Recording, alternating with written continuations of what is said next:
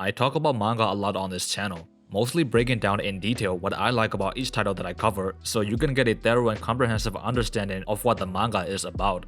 But I can't do that for every manga that I like. Sometimes a manga may be really good, but that doesn't mean you can write a compelling video essay about every good manga there is. So today, I compiled 4 seinen manga that I would like to recommend to you that I wasn't able to make individual reviews for. So without any further ado, let's go. Hell Dogs. Hell Dogs was written by Akio Fukamachi and illustrated by Izuka Keita. It follows the story of Kanetaka Shoko, a member of the Yakuza. However, in reality, he's an undercover police with a mission to eliminate the head of the clan, Yoshitaka Towake. Undercover police stories aren't new, but there are a few things about this manga in particular that makes this a really fun read. This manga focuses on how mentally exhausting Kanetaka's job is as a fake Yakuza to be convincing he really has to use violence and go against everything he believes in as a cop, and he's mentally tormented by the things he has to do every day as a Yakuza. This manga has really good character moments, such as when Kanetaka couldn't sleep, and this massage therapist woman, that's like a mother figure to Kanetaka, helped him clear his mind, and the two have this really warm relationship. We get to learn that this woman is also part of the fight against the Yakuza. After her husband passed away, her son would become a baseball athlete, but he ended up getting injured and left home to travel around and find himself. But he hung out with the wrong crowd and ended up getting brutally killed by a Yakuza he borrowed money from, and that's how his mother ended up where she is today. The attention to detail for the side characters is really good. The art is also very clean and sleek. And lastly, my favorite thing about Hell Dogs is the final villain. The idea and the backstory behind the final boss in this manga is just brilliant. It's so creative. The moment when they give you the explanation and the reveal, you have to experience it yourself. With that being said, I do have some bad news that even the fan translations for this manga only exist up to chapter 7, so to see everything, you will have to buy the original volumes in Japanese. But don't be discouraged, there are 7 really long chapters, and there is a live-action movie which picks up right where the translations end, so check it out regardless. Sanctuary. Sanctuary was written by Sho Fumimura and drawn by Ryoichi Ikegami. The story follows Akira Hojo and Chiaki Asami, 2 childhood friends that survived the Cambodian killing fields together. The 2 young men are extremely intelligent and cutthroat.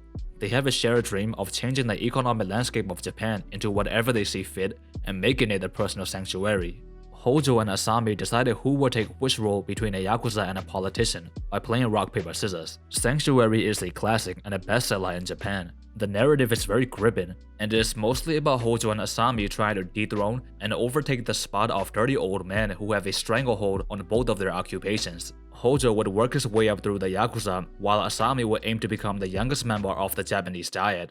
Their dream is to turn Japan into a thriving environment for talented young men, and they're willing to do whatever to get there. I love this manga for a few different reasons. Modern gang and crime stories like the Yakuza series, for example, are heavily heightened and filled with over-the-top action. If you read this manga, you can see that this is the foundation that stories like those were built on. A manga like Sanctuary is almost like a predecessor of those stories. What makes Sanctuary different is that while Hojo and Asami have to go through really tough challenges, they're not underdogs.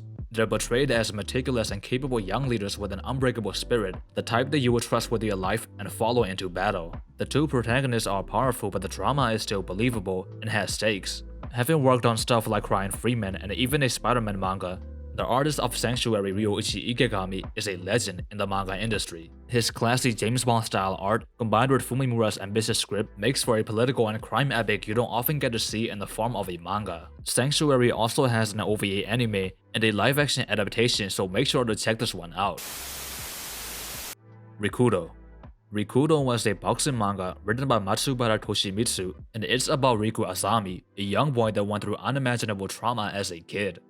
This is quite possibly the edgiest boxing manga under the sun, and some of the shocking content in the story is almost unwarranted and gimmicky. For example, the manga opens with Riku practicing boxing on the dead body of his own father, who is hanging from the ceiling. And it's definitely a bit much, but with that being said, this manga is still pretty damn awesome. Riku was taught how to throw a basic punch by a gangster who came to collect money that Riku's father owed him, and this guy is the only person in his life that Riku openly cares about. After his father died, his biological mother would take him in, but Riku would quickly find out his mother is a fiend and pretty much a slave to this drug dealer guy. Riku and his mother's new boyfriend get into a scuffle, and Riku will literally kill the guy. After this fiasco, Riku would be moved to an orphanage and placed under the care of a teacher, but the teacher would get caught in the crossfires, and more edgy unsavory horrors would occur to her when the friends of the drug dealer guy came for their lick back and attacked the orphanage. Like I said, the setup is quite over the top and edgy as hell, but they take that setup and really run with it though. Riku cares about nothing but boxing. It's the only thing that gives meaning to his life, and the author does not hesitate to present him as a proper gray area character. Riku's very first opponent was an older fighter, with a son who looks up to him like a hero. In a traditional storytelling sense, this guy should be the hero, right? But here, Riku would beat this guy so hard, his blood splatter on his son's face. Riku even acknowledges that he might have ruined someone's life, just like his life was ruined, but he has no choice. If he doesn't give his all to boxing, he has nothing. This concerns Yuki Naishido, a fellow student from the same orphanage as Riku, and Yuki has an arc of her own where she wants Riku to stop boxing, and she believes it's not a healthy coping mechanism for him, but she slowly starts to understand the appeal of it, and of course, her and Riku would also develop a thing over time. It's nothing crazy, but as a character, she actually has material to work with, and not just the obligatory female lead, which is something I really liked. The manga is edgy for sure, but it's not without actually good storytelling. The art is also really good. It's a bit inconsistent here and there, but the big parts and the fights are all drawn really well. The wide shots and the double pages are especially really beautiful.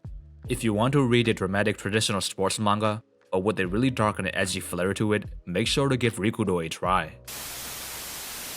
Usagui. This one might just be the most insane seinen manga that I've ever seen, and that's a pretty high bar. Usagui was written by Sago Toshio, and the story is about a man named Madarame Baku, a very gifted gambler who wants to take over this organization called Kakedo. Kakedo is an omnipotent, all-powerful organization that oversees the gambling underworld of Japan. This manga literally states that Nobunaga Oda was killed by this organization. You see, this manga is not overly edgy or violent, it's just a crazy spectacle that gives no f***. If you like Alice in Borderland and that kind of survival death game stories, Usagui is right up your alley. I would even call Usagui the very best of that genre. The gambling scenes and the traps are so intricate and also over the top in the best ways possible. The explanations for how Baku is able to outsmart his enemy all the time are not realistic at all. I mean, there is some absolutely outrageous pseudoscience, but they make sense within the story. Usagui is the kind of manga you read and go, how the hell did someone even come up with this?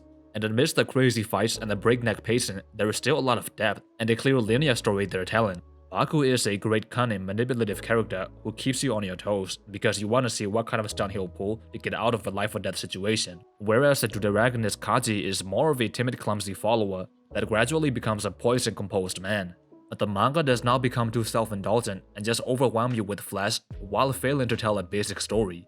There is a crazy amount of action, but there's always just enough substance for you to believe the action and want to stick around to see how the rest of it unfolds. And even if you don't enjoy the story of Usagui, which I'm fairly sure you will, the art of Sago Toshio is just riveting. The double pages, the action choreography is simply breathtaking. It honestly might be in my top 5 all time as far as the art goes. It's 500 chapters, so it's a lot, but if you want a new seinen manga to be completely absorbed in, for the next few months at the very least, Usagui is perfect. So that's the 4 picks that I have for today. This is a slightly different format because the typical long detailed reviews I made for the likes of Out and Bonsa can be a bit long-winded, so I wanted to switch it up and include a variety of topics in one video for a change. Hope you guys enjoyed nonetheless, and I'll catch you in the next one. Peace.